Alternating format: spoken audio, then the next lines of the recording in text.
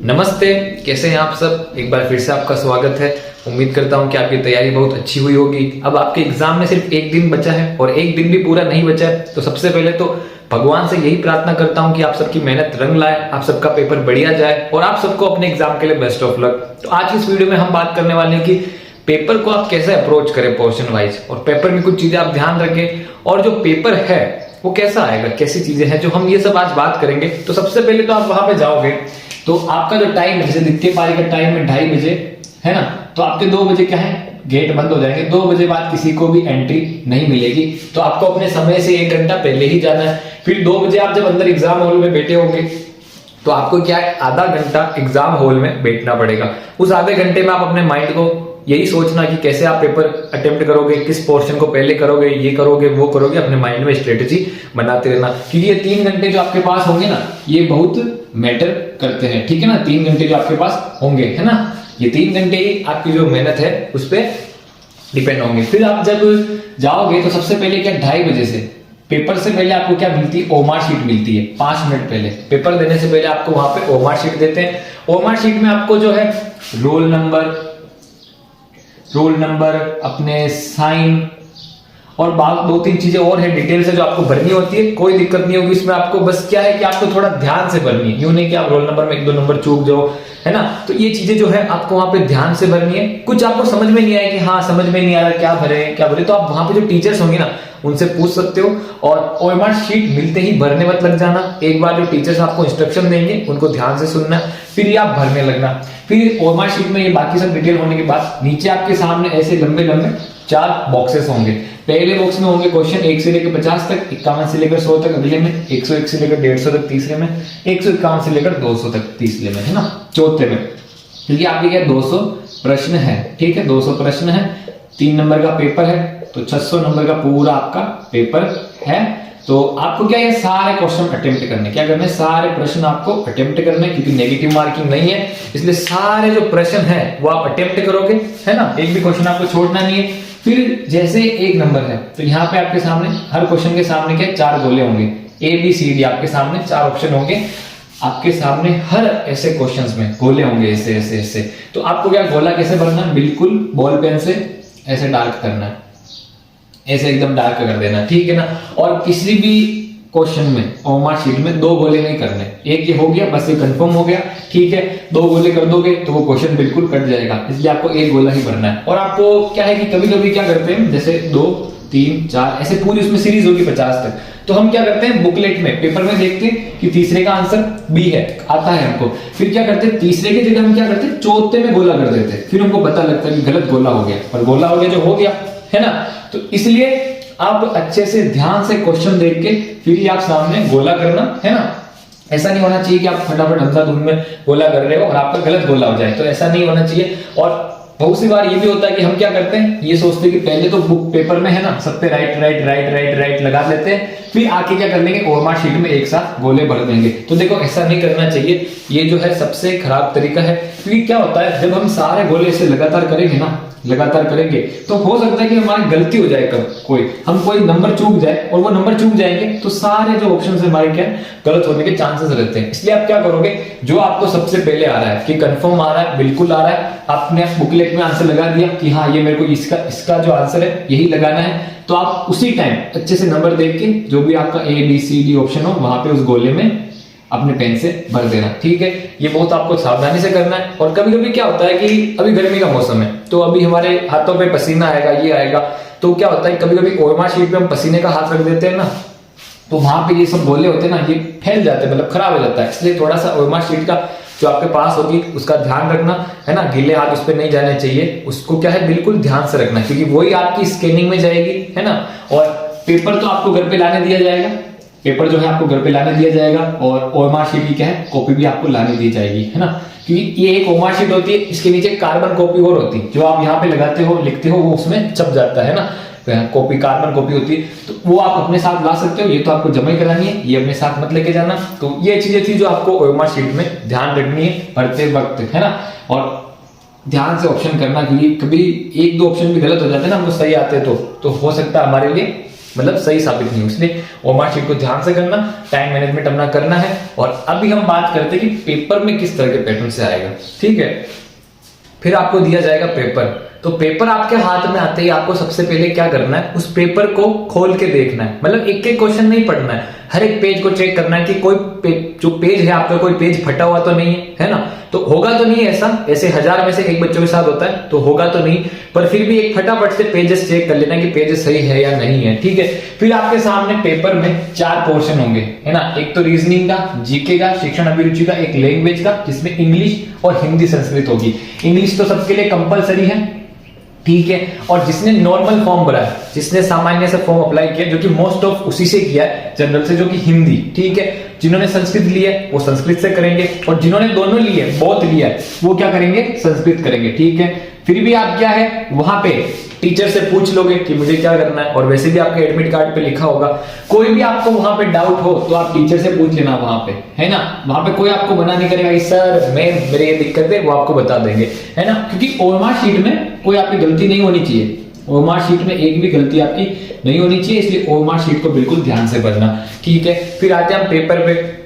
Paper में आपके सामने ये होगा, तो देखो आपको एक सजेशन दूंगा कि पेपर में आप कितने भी आपकी रीजनिंग अच्छी क्यों ना हो, सबसे पहले रीजनिंग को मत लेना। देखो इसका रीजन क्या है मैं आपको बताता हूं। देखो माना जीके में कैसे क्वेश्चन आएंगे, माना कि जीके में क्वेश्चन आया कि बड़ी ठनी पेंटिंग किसने बनवाई थी, बड़ी ठनी पेंटिंग किसने बनाई थी, तो उसका आंसर क्या होगा, निहाल चंद, है ना। तो आपने एक क्वेश्चन पढ़ा कि बड़ी ठनी पेंटिंग किसने बनाई, ऑप्शन देखिए निहाल चंद, क्या हुआ 10 सेकंड में ये आंसर हो गया। माना शिक्षण अभिरुचि में भी कोई आपका क्वेश्चन होगा, सोचोगे उसमें कि हाँ शिक्षक ये है, विद्यार्थी ये है, तो भी आपको 30 सेकंड, है ना, उनकी बात कर रहा हूं जो क्वेश्चन आपको आते हैं, ठीक है। तो जो क्वेश्चन आपको आते होंगे ना उसमें आपको 10-30 सेकंड ये लगेंगे इन सब में। पर रीजनिंग में वो क्वेश्चन आपको आता ही क्यों ना हो, फॉर्मूला आपको याद ही क्यों ना हो, आपको मिसिंग नंबर के पैटर्न वेट ही क्यों नहीं रहे हो, आपको ये कोई गारंटी नहीं है कि 30 सेकंड में सोल्व हो जाएगा, ठीक है। आपको टाइम लग सकता है, इसमें टाइम कंज्यूम होगा। तो बहुत से लोग क्या सोचते हैं कि पहले रीजनिंग में निपटा लेते हैं, रीजनिंग में टाइम लगेगा, रीजनिंग के बाद क्या ये सब कर लेंगे।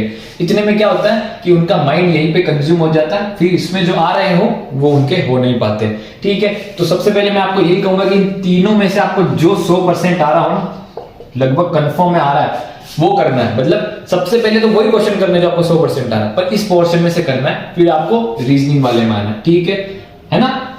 क्योंकि यही हमारी स्ट्रेटेजी होगी, ठीक है ना। बाकी सब आपके ऊपर है कि आप इनमें से कौन सा पहले करना चाहो, क्योंकि देखो सबका माइंड अलग अलग होता है, सबकी स्ट्रेटेजी अलग अलग होती है। पर रीजनिंग क्या है, थोड़ी आप लास्ट में लेना और ये आप सबसे पहले लोगे। फिर मैं आपको देखो एक और तरीका बताना चाहता हूं, आपके ऊपर है आप लो या नहीं लो, मैं तो सजेशन दे रहा हूं सिर्फ। सबसे पहले मानो आप जीके पे आ गए, जीके पे आपने क्वेश्चन किए तो 30 प्रश्न तो आ गए आपको बिल्कुल सही, 20 में क्या है कंफ्यूजन है, तो 30 आपने कर लिए, 30 आपने ओएमआर पे भी गोले बना लिए।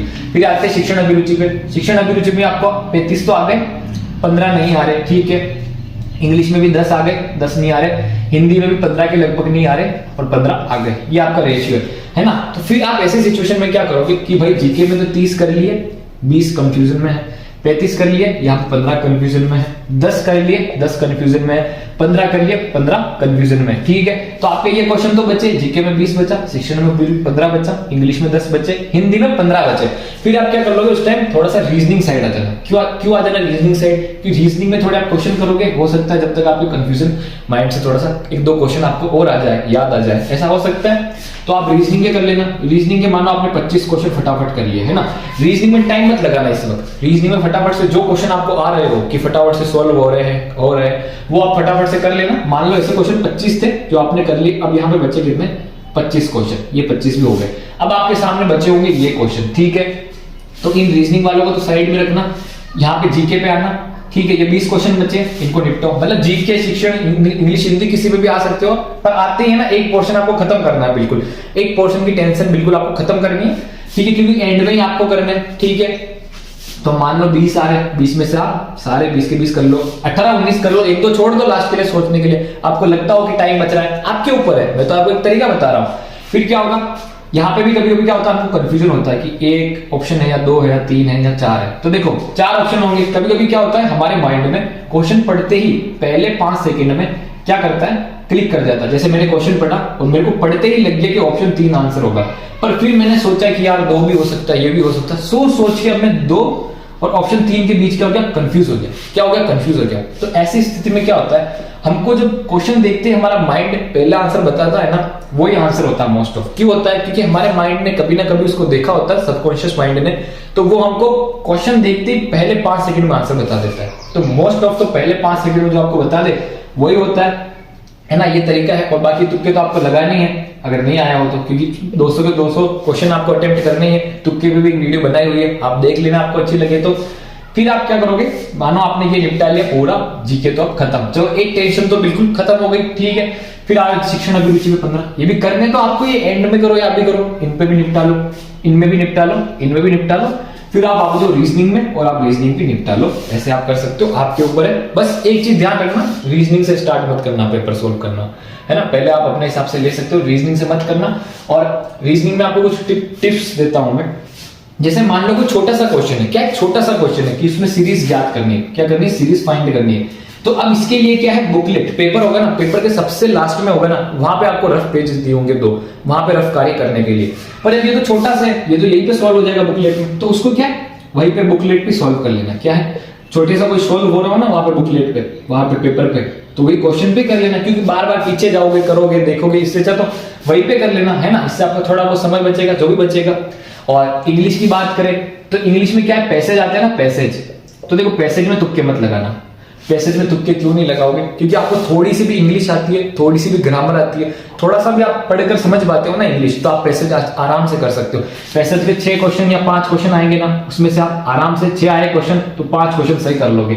करना क्या, आपको क्वेश्चन पढ़ने हैं, उन क्वेश्चंस के आंसर पैसेज में से ढूंढने, तो इसमें थोड़े तुक्के मत लगाना। बाकी आप अपने हिसाब से तुक्के लगाने हैं, वो तो है ही है। तो आपको क्या है, ऐसे पेपर आप सॉल्व कर सकते हो। थोड़ी सी स्ट्रेटेजी मैंने बताना चाहिए थी, उम्मीद करता हूं कि आपको ये पसंद आई होगी, है ना। क्योंकि देखो समय तो आपके पास 3 घंटे ही है, इन 3 घंटे में आपको पेपर इस तरह से करना है कि आप बेस्ट तरीके से कर सको, कोई भी क्वेश्चन क्या है छूटना नहीं चाहिए। और देखो कुछ और बताता हूं कि जब भी हो ना, मोस्ट ऑफ क्या होता है, कोई क्वेश्चन नहीं आ रहा हो और उसमें ऑप्शन क्या हो, उपयुक्त दोनों, उपयुक्त दोनों, तो नहीं आ रहा है और उसमें ऑप्शन है उपयुक्त दोनों, तो ये मोस्ट ऑफ सही होता है। कभी कभी आ रहा है इनमें से कोई नहीं, इनमें से कोई नहीं, क्या है, इनमें से कोई नहीं, तो हम देखते हैं कि ये वाला क्या है, ऑप्शन कभी नहीं होता है, मोस्ट ऑफ नहीं होता है, इनमें से कोई नहीं। कभी कभी होता है उपयुक्त सभी, उपयुक्त सभी, ये भी मोस्ट ऑफ आंसर होता है। तो ऐसी चीजें आपको ध्यान रखना है, उपयुक्त सभी ऑप्शन हो तो ये हो सकते हैं, है ना। और बाकी ये स्ट्रेटेजी सब क्या है, सबका माइंड अलग अलग होता है, सबकी अपनी स्ट्रेटेजी होती है, तो आपको अपने हिसाब से करना है। पर रीजनिंग पहले बिल्कुल मत लेना। और एक तुक्के की क्या है वीडियो बनाई हुई है, आप देख लेना, आपको अच्छी लगे तो। फिर आपको क्या है, ये सब पेपर आपका कंप्लीट होने के बाद क्या है, आपका जो पेपर है वो आपको घर पे ले जाने दिया जाएगा, और जो ओएमआर शीट है वहां पे जमा हो जाएगी। और ओएमआर शीट की कार्बन कॉपी जो होगी ना, वो आपको घर पे लाने दी जाएगी, कार्बन कॉपी। फिर आप इन दोनों से क्या है, चेक कर सकते हो घर पे कि आपने कौन सा क्वेश्चन सही किया या नहीं किया, ये किया, ठीक है। तो ये थी मेरी आपसे जो है ना। और इंग्लिश में कोई क्वेश्चन आपको नहीं आ रहा हो ना, तो आप उस ऑप्शन को क्वेश्चन में रख के बार बार कर सकते हो। जैसे मानो कि यहाँ पे आ गया 8, कि 8 कौन से, 8 कहाँ पे आएगा, ऐसे क्वेश्चन में आपको पूछ लिया, तो आप वहां पर पढ़ सकते हो कि हाँ 8 जम रहा है या नहीं जम रहा है, बोल बोल के ऐसे भी आप कर सकते हो। और ये थी आज की वीडियो, और फिर से भगवान से प्रार्थना करता हूँ कि आप सबकी मेहनत रंग लाए, आपका पेपर बहुत बढ़िया जाए, एंड बेस्ट ऑफ लक मेरी तरफ से आपको। और मिलते हैं नेक्स्ट वीडियो में, आपका बहुत बहुत धन्यवाद। आज के लिए इतना ही।